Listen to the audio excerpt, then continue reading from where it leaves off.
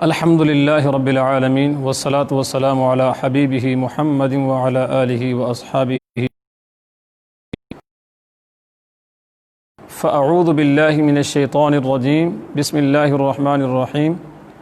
ان الدین عند اللہ الاسلام وما اختلف الذین اوتوا الکتاب الا من بعد ما جاءهم العلم بغیا بینہم ومن یکفر بآیات اللہ فإن اللہ سریع الحساب۔ صدق اللہ العظیم۔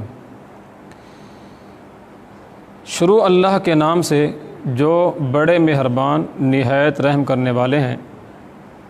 یقین کے نزدیک دین حق صرف اسلام ہے، اور جن لوگوں کو کتاب دی گئی انہوں نے اپنے پاس حقیقی علم آنے کے بعد آپس میں سرکشی کرتے ہوئے اختلاف کیا، اور جو اللہ کی آیت کے ساتھ کفر کرے تو یقیناً اللہ جلد حساب لینے والے ہیں۔ آج 8 روزہ کا 5واں سبق ہے۔ 4 سبق گزر چکے ہیں۔ آج کے سبق میں کچھ احادیث بھی شامل کریں گے انشاءاللہ، اور فقہ کا بھی ایک سبق ہوگا۔ فرمایا ان الدین عند اللہ الاسلام، اللہ کے ہاں دین برحق صرف دین اسلام ہے۔ اسلام وہ طریقہ،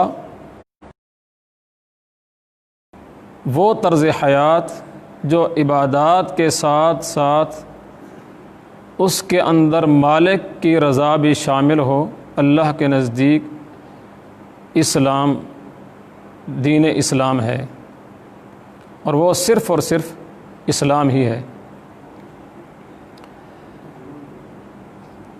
آقا نامدار صلی اللہ تعالی علیہ وسلم، بلکہ حضرت آدم سے لے کر آقا نامدار صلی اللہ تعالی علیہ وسلم کی ذات بابرکت تک جتنے بھی سابقہ ادیان آئے ہیں، ان دین اسلام سمیت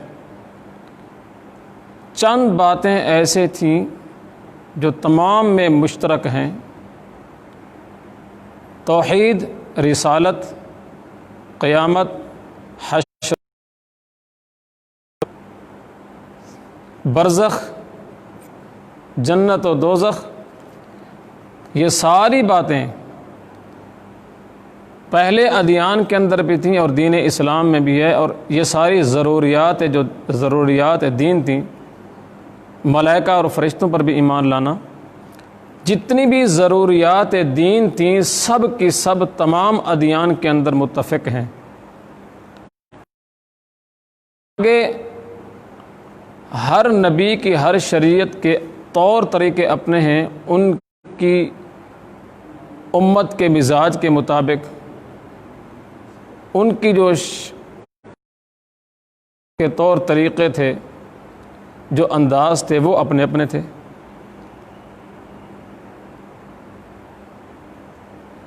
بعثت نبوی صلی اللہ تعالی علیہ وسلم کے بعد یہود و نصارہ نے ان عقائد و نظریات کو جھٹلا دیا جن کی طرف اسلام دعوت دیتا تھا، اور یہ کوئی اللہ کی رضا کی وجہ سے نہیں تھا، اس لیے کہ دین اسلام سے پہلے ان کی بات تھا، وہ بڑے بڑے اہل علم کہلاتے تھے، صاحب کتاب کہلاتے تھے۔ جب بعثت نبوی صلی اللہ تعالی علیہ وسلم ہوئی، دین اسلام کی دعوت دی گئی، دین اسلام کی طرف، اللہ کے دین کی طرف اسلام، تو مفادات تھے کے اوپر ان کی زد، مفادات پر زد پڑی،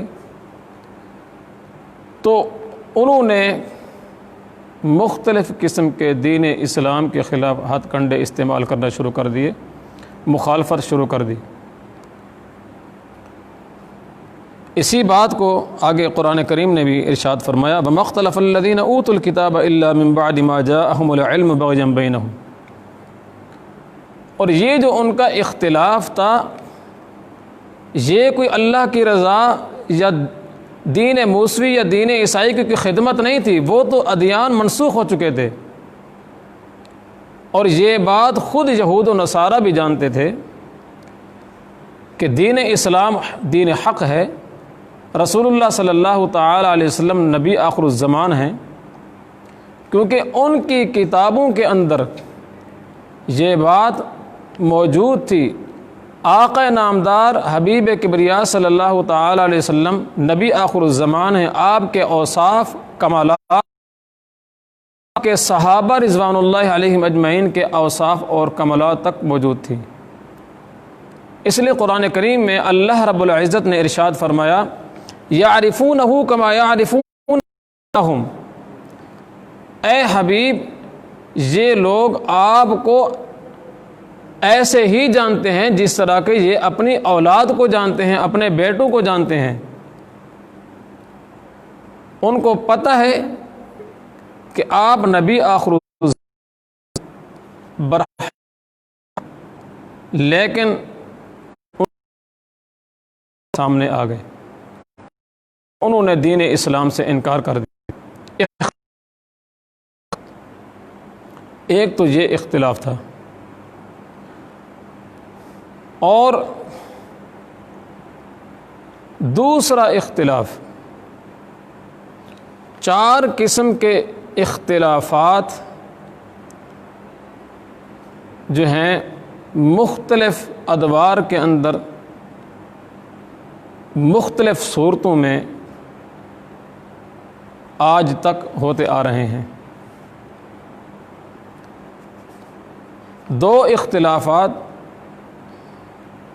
تو بالکل حتمی، جن کا دین اسلام کے ساتھ کوئی تعلق نہیں، اور تیسرا اختلاف بھی امت محمد صلی اللہ تعالی علیہ وسلم کے اندر تفرقہ اور اختلاف ڈالنے کے لیے رچایا گیا۔ پہلا جو اختلاف تھا جو یہود و نصارہ نے کر دیا، کفار نے کیا، دین اسلام کو ماننے سے انکار کیا، یعنی اسلام کے مقابل آ گئے، وہ تو پکے دین اسلام انہوں نے قبول ہی نہیں کیا، وہ تو کافر ٹھہرے۔ اور دوسرا اختلاف جو شروع سے چلا آ رہا ہے، اس کا بھی دین اسلام سے کوئی تعلق نہیں۔ ایک اختلاف یہ ہے کہ نبی کریم صلی اللہ تعالی علیہ وسلم الانبیاء اور خاتم الرسول ہونے پر جو ڈاکہ ڈالنے کی کوشش کی گئی، شروع کے اندر بھی کی گئی تھی، اس دور کے اندر بھی مرزا قادیانی، اس کے پیروکار۔ اور دوسرا جو اختلاف، جو دوسرے لوگ تھے اختلاف کرنے والے، انہوں نے نامدار صلی اللہ تعالی علیہ وسلم کی ذات بابرکت کے ساتھ تو اختلاف نہیں کیا، بلکہ گواہان نبوت، عینی شاہدین نبوت، جنہوں نے براہ راست آپ صلی اللہ تعالی علیہ وسلم سے تعلیم حاصل کی اور برکات نبوت حاصل کی، تعلیمات نبوت حاصل کی، جو آپ کے براہ راست شاگرد ہیں، صحابہ کرام رضوان اللہ علیہم اجمعین، ان کی عظمت و تقدس کے اوپر انگلیاں اٹھائیں۔ یہ جو اختلاف تھا در حقیقت دین اسلام کی جو بنیادیں ہیں ان کو کھوکھلا کرنے کی کوشش کی گئی، عمارت کو گرانے کی کوشش کی گئی، کیونکہ امت تک دین پہنچانے، قرآن کریم پہنچانے کا واحد واسطہ صحابہ کرام رضوان اللہ علیہم اجمعین کی مقدس ہستیاں ہیں۔ جب ان کی عدالت کو مشکوک کر دیا جائے تو سارے کے سارا دین مشکوک ہو جاتا ہے۔ اس لیے اس طرح کے اختلاف کیا۔ دوسرا یہ اختلاف سے اسلام کے اندر ڈالا گیا، اور اس اختلاف کا کوئی تعلق نہیں ہے۔ اس طرح کے لوگ دائرہ اسلام سے خارج ہیں، یہود و نصارہ کے ہتھ کنڈے میں ہے۔ اور تیسرا اختلاف جو حقیقت میں اختلاف نہیں ہے بلکہ رحمت ہے، وہ ائمہ مجتہدین کا جو آپس کی ترجیحات میں اختلاف ہے کہ یہ مسئلہ میرے نزدیک راجح ہے، اور ایک امام فرماتے ہیں کہ یہ میرے نزدیک راجح ہے۔ راجح اور مرجوح کا، اور اسی طریقے سے ان کے نزدیک یہ مسئلہ اولا ہے، ان غیر اولا ہے، اس پر اختلاف ہے۔ یہ اختلاف نہیں ہے، یہ اختلاف رحمت ہے۔ جس طرح کہ نماز کے اندر بعض ائمہ امام اعظم امام ابو حنیفہ رحمہ اللہ تعالی فرماتے ہیں کہ آمین آہستہ کہی جائے، بعض ائمہ امین بالجہر کے قائل ہیں، کوئی قرات خلف الامام کے قائل ہیں، اور امام ابو حنیفہ رحمہ اللہ تعالی فرماتے ہیں کہ امام کے پیچھے قرات نہیں کرنی چاہیے، خاموش رہنا چاہیے۔ اسی طریقے سے رفع یدین کا مسئلہ ہے۔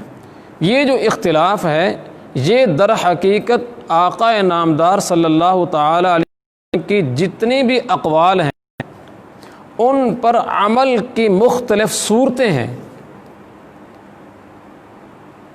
جو کہ ائمہ کرام کے اندر یہ موجود ہے۔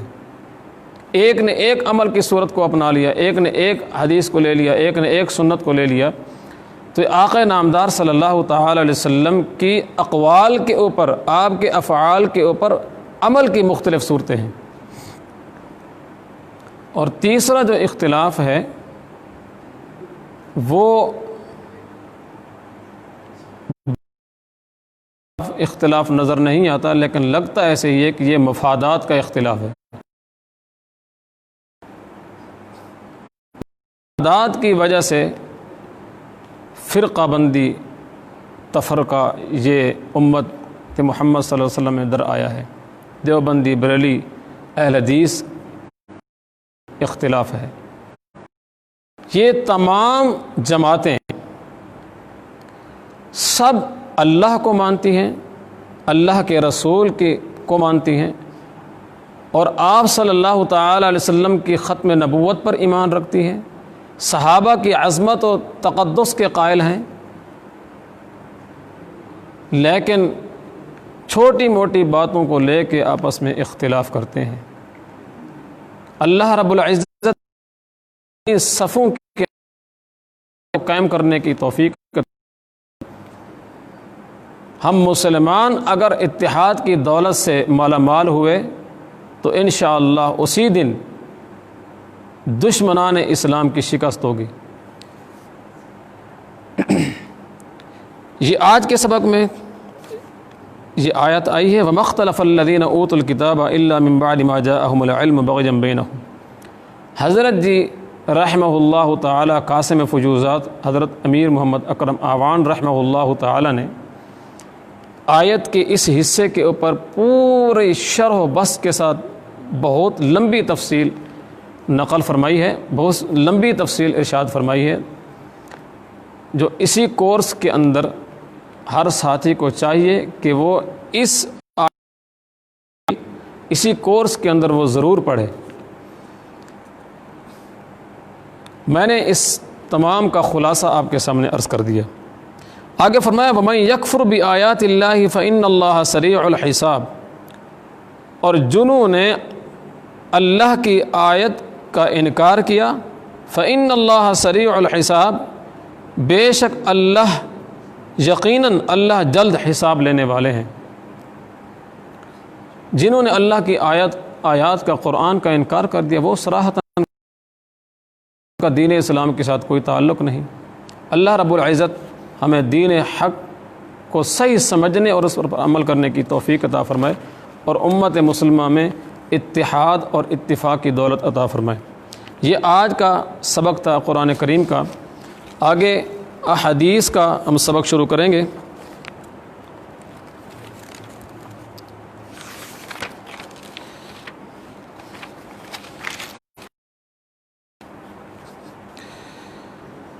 سب سے پہلے بنیادی باتیں عرض کرنا چاہوں گا کہ علم حدیث کیا ہے اور اس کو سیکھنا کیوں ضروری ہے۔ حدیث رسول اللہ صلی اللہ تعالی علیہ وسلم کے قول، فعل اور آپ کی پسند و ناپسند کو حدیث کہا جاتا ہے۔ یعنی ایک تو آپ نے جو فرما دیا، آپ نے جو کیا، یا جس عمل کو صحابہ نے کوئی عمل کیا اس عمل کو آپ نے پسند فرمایا یا پسند نہیں فرمایا، یہ ساری باتیں احادیث میں ملتی ہیں۔ اور حدیث کا علم سیکھنا کیوں ضروری ہے؟ نبوت جو ہے ایک منصب ہے، اور اس منصب نبوت کا جو واحد مقصد، وہ مقصد انسانیت کی بھلائی، ہدایت اور رہنمائی ہوا کرتا ہے۔ انسانیت کو ظلمت کے اندھیروں سے نکال کے راہ حق پر لے آنا، سیدھے راستے پر لے آنا، اللہ کے دروازے پر لے آنا، یہ منصب نبوت کا مقصد ہوتا ہے۔ اور پھر ہر نبی کو اللہ کی طرف سے ایک ہدایت نامہ عطا کیا جاتا ہے کہ وہ کس طرح کی اصلاح کرے، اس کو سیدھے راستے پر چلائے۔ اور وہ جو ہدایت نامہ ہوتا ہے وہ بعض دوسرے انبیاء علیہم الصلاۃ پر صحیفوں کی شکل میں بھی نازل ہوتے رہے ہیں اور کتابوں کی شکل میں بھی نازل ہوتے رہے ہیں، زبور، تورات، انجیل۔ اسی طریقے سے جو خاتم الانبیاء حضرت محمد الرسول اللہ صلی اللہ تعالی علیہ وسلم پر کو جو ہدایت وہ قرآن کریم کی صورت میں عطا کیا گیا۔ قرآن کریم اللہ کی طرف سے ایک ہدایت نامہ ہے جو اللہ کا اپنا ذاتی کلام ہے، جو امت کی ہدایت اور رہنمائی کے لیے آقا نامدار صلی اللہ تعالی علیہ وسلم کے قلب اطہر پر نازل فرمایا گیا۔ تو معلوم ہوا جو حدیث ہے یہ قرآن کریم کی علمی عملی تفسیر ہے۔ خود صلی اللہ تعالی علیہ وسلم معلم قرآن ہیں۔ قرآن کے اندر جتنے اجمالی احکامات، قرآن میں احکامات اجمالی صورت میں موجود ہیں، اور حدیث کے اندر اس قرآن کی تفسیر اور تشریح موجود ہے جو خود آقا نامدار صلی اللہ تعالی علیہ وسلم کی زبان اقدس سے کی گئی۔ تو قرآن کے اوپر عمل کرنا اس وقت تک ناممکن ہے جب تک حدیث کا علم نہ سیکھا جائے، حدیث پر ایمان نہ لایا جائے۔ اس لیے حدیث کا علم سیکھنا بھی ضروری ہے اور اس پر ایمان لانا بھی۔ دوسری بات کہ حدیث کا علم حضور صلی اللہ تعالی علیہ وسلم سے لے کر آج تک ہمارے پاس کیسے پہنچا؟ سب سے پہلے شاگردان رسول صحابہ کرام رضوان اللہ علیہم اجمعین کی عظیم ہستیوں نے براہ راست حضور صلی اللہ تعالی علیہ وسلم کے اقوال کو، افعال کو آپ کے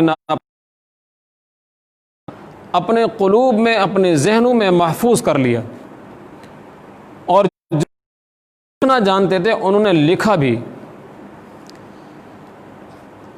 اور پھر ان کو اپنی عملی زندگی میں بھی لے آئے۔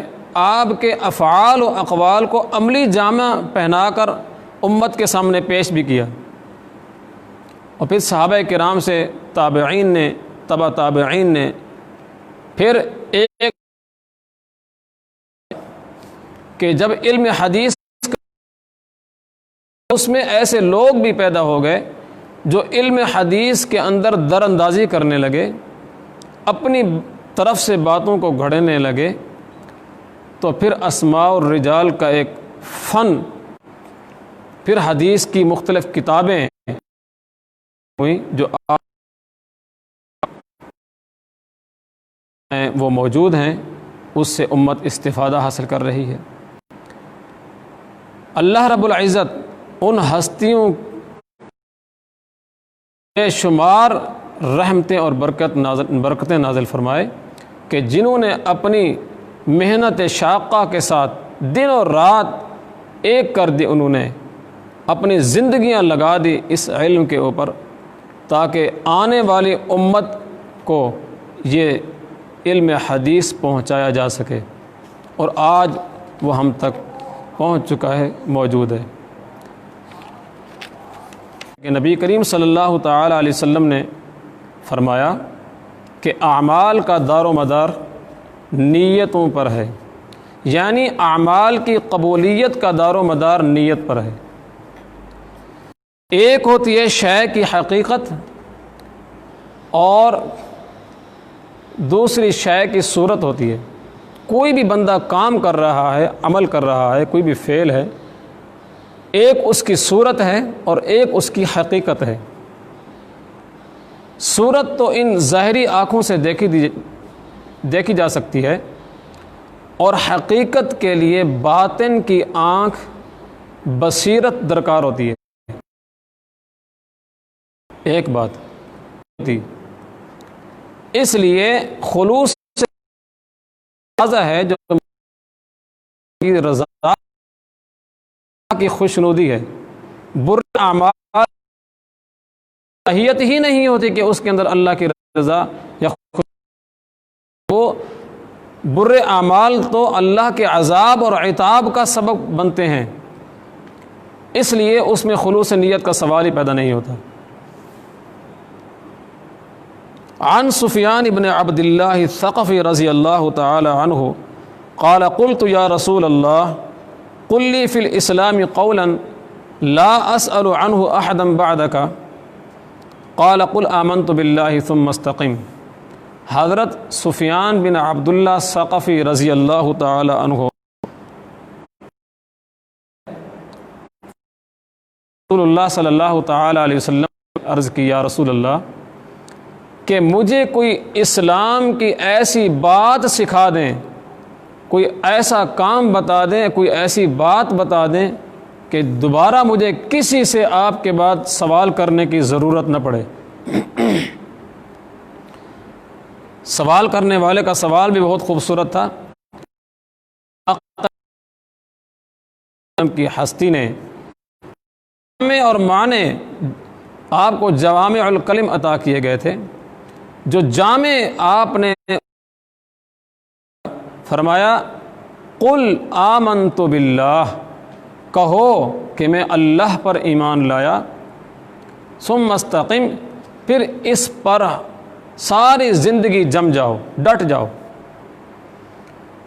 یعنی زبان تک خالی ایمان محدود نہ ہو، الفاظ تک محدود نہ ہو، صرف لفاظی نہ ہو، بلکہ ایمان نہا خانہ دل کے اندر گھر کر جائے، اور پھر اس ایمان اعمال سے ظاہر ہو اور کردار سے وہ عیاں ہو، اس اعمال اور کردار سے ظاہر ہو، اور پھر ساری زندگی کے لیے اس پر ڈٹ جاؤ۔ یہ نہیں کہ کچھ دنوں کے لیے عمل کر لیا، ایک مہینے کے لیے، سال کے لیے نہیں۔ فرمایا ایک تو ایمان اس طرح لاؤ کہ زبان تک محدود نہ ہو، نہا خانہ دل کے اندر راسخ ہو جائے، اور راسخ ہونے کی صورت وہ صورت میں کی خوبصورتی میں نظر آئے گا۔ فرمایا کہ ساری زندگی اس پر جم جاؤ، یہی سارے کا سارا اسلام ہے۔ عن انس رضی اللہ تعالی عنہ قال قال النبی صلی اللہ تعالی علیہ وسلم طالب العلم فریضۃ علی کل مسلم۔ حضرت انس رضی اللہ تعالی عنہ سے روایت ہے، فرمایا کہ نبی کریم صلی اللہ تعالی علیہ وسلم نے ارشاد فرمایا کہ علم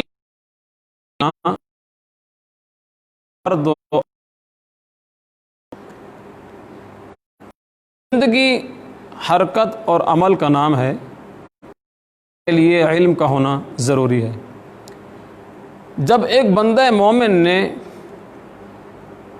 کلمہ پڑھ لیا لا الہ الا اللہ محمد الرسول اللہ، دین اسلام میں داخل ہو گیا، تو اب اس کے لیے ضروری ہے کہ یہ بات مد نظر رکھے، ذہن دل کے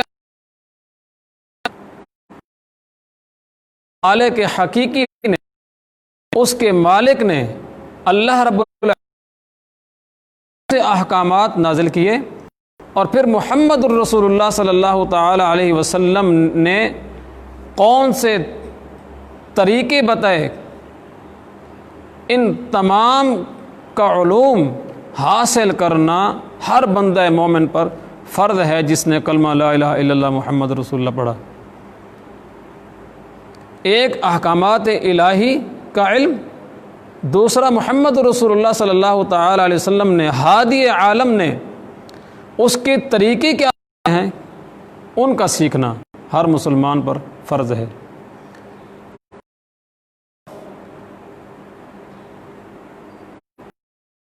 اس کا علم ہر مسلمان کے اوپر فرض ہے۔ ازدواجی زندگی ہے، کاروباری زندگی ہے، معاشرتی ہے، اخلاقیات ہیں، ان علوم ان تمام کا علم سیکھنا فرض ہے۔ تو فرمایا طلب العلم فریضۃ علی کل مسلم، کہ علم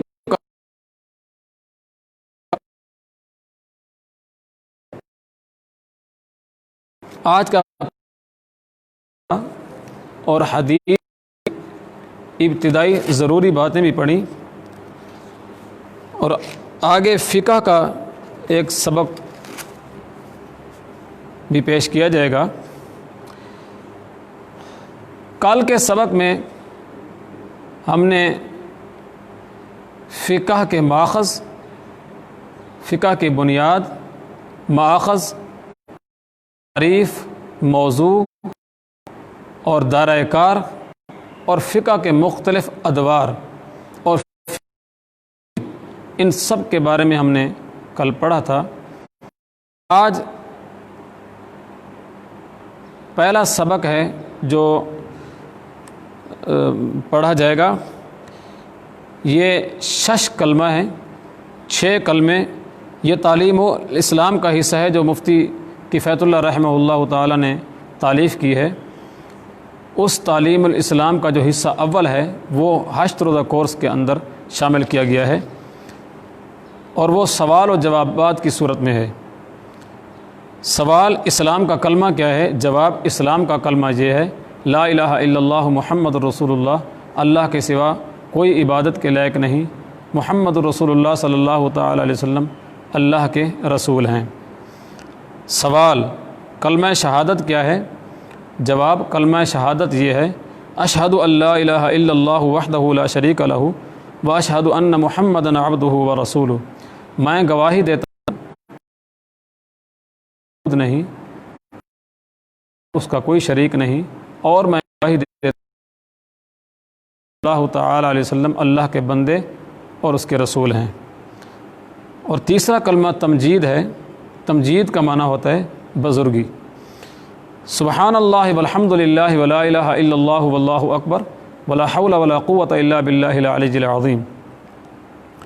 پاک ہے اللہ اور تمام تعریف اللہ کے لیے ہے، اور اس کے سوا کوئی معبود نہیں، اور وہ بہت بڑا ہے، اور گناہوں سے بچنے کی طاقت اور نیک کام ہے لا الہ لا شریک لہ الحمد یحیی و یمیت وهو حی لا یموت لا يموت ابدا ابدا ذو الجلال والاکرام بیدہ الخیر وهو علی کل شیء قدیر۔ اللہ کے سوا کوئی معبود نہیں، وہ اکیلا ہے، اس کا کوئی شریک نہیں، اسی کے لیے بادشاہی ہے، اسی کے لیے تمام خوبیاں ہیں، تعریف ہیں، وہ زندہ کرتا ہے،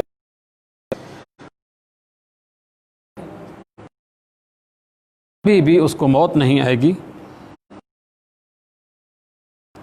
عظمت اور بزرگی والا ہے، بیادہ الخیر بہتری اسی، علی کل شیء قدیر وہ ہر چیز پر قادر ہے۔ پانچواں کلمہ استغفر اللہ ربی من کل ذنب اذنبتہ سرا او علانیۃ واتوب الیہ من الذنب الذی اعلم ومن الذنب الذی لا اعلم انک انت علام الغیوب وستار العیوب وغفار الذنوب ولا حول ولا قوۃ الا باللہ العلی العظیم۔ میں اللہ سے معافی مانگتا ہوں جو میرا پروردگار ہے ہر گناہ سے جو میں نے کیا جان بوجھ کر یا بھول کر، در پردہ یا کھلم کھول حضور میں، اس گناہ سے جو مجھے معلوم ہے اور اس گناہ سے بھی توبہ ہوں جو مجھے معلوم نہیں، بے شک تو غیبوں کا جاننے والا ہے اور گناہوں کا بخشنے والا ہے، اور گناہوں سے بچنے کی طاقت اور نیک کام کرنے کی قوت اللہ ہی کی طرف سے ہے جو عالی شان اور عظمت والا ہے۔ چھٹا کلمہ اللہم انی اعوذ بک من ان اشرک بک شیئا وانا اعلم بہ واستغفرک لما لا اعلم بہ تبت عنہ من الکفر والشرک والغیبۃ والبدعۃ والنمیمۃ والفواحش والبہتان کلھا واسلمت لا الہ الا اللہ محمد الرسول اللہ۔ الہی میں تیری پناہ مانگتا ہوں اس بات سے کہ کسی چیز کو تیرا شریک بناؤں اور مجھے اس کا علم ہو، اور میں معافی مانگتا ہوں تجھ سے اس گناہ سے جس کا مجھے علم نہیں، میں نے اس سے توبہ کی اور بیزار ہوا، کفر سے، شرک سے، جھوٹ سے، غیبت سے اور بدعت سے اور چغلی سے اور بے حیائی کے کاموں سے اور تہمت باقی ہر قسم کی، اور میں ایمان لایا اور میں کہتا ہوں کہ اللہ حضرت محمد صلی اللہ تعالی علیہ وسلم اللہ کے رسول ہیں۔ آگے ایمان مفصل بھی ہے اور ایمان مجمل بھی۔ ایمان مفصل کیا ہے؟ جواب، ایمان مفصل یہ ہے آمنت باللہ وملائکتہ وکتبہ ورسلہ والیوم الآخر والقدر خیرہ وشرہ من اللہ تعالی والبعث بعد الموت۔ میں ایمان لایا اللہ پر، اس کے فرشتوں پر اور اس کی کتابوں پر اور اس کے رسولوں پر اور قیامت کے دن پر، اور اس پر کی طرف سے ہوتی ہے اٹھائے جانے۔ سوال، ایمان مجمل کیا ہے؟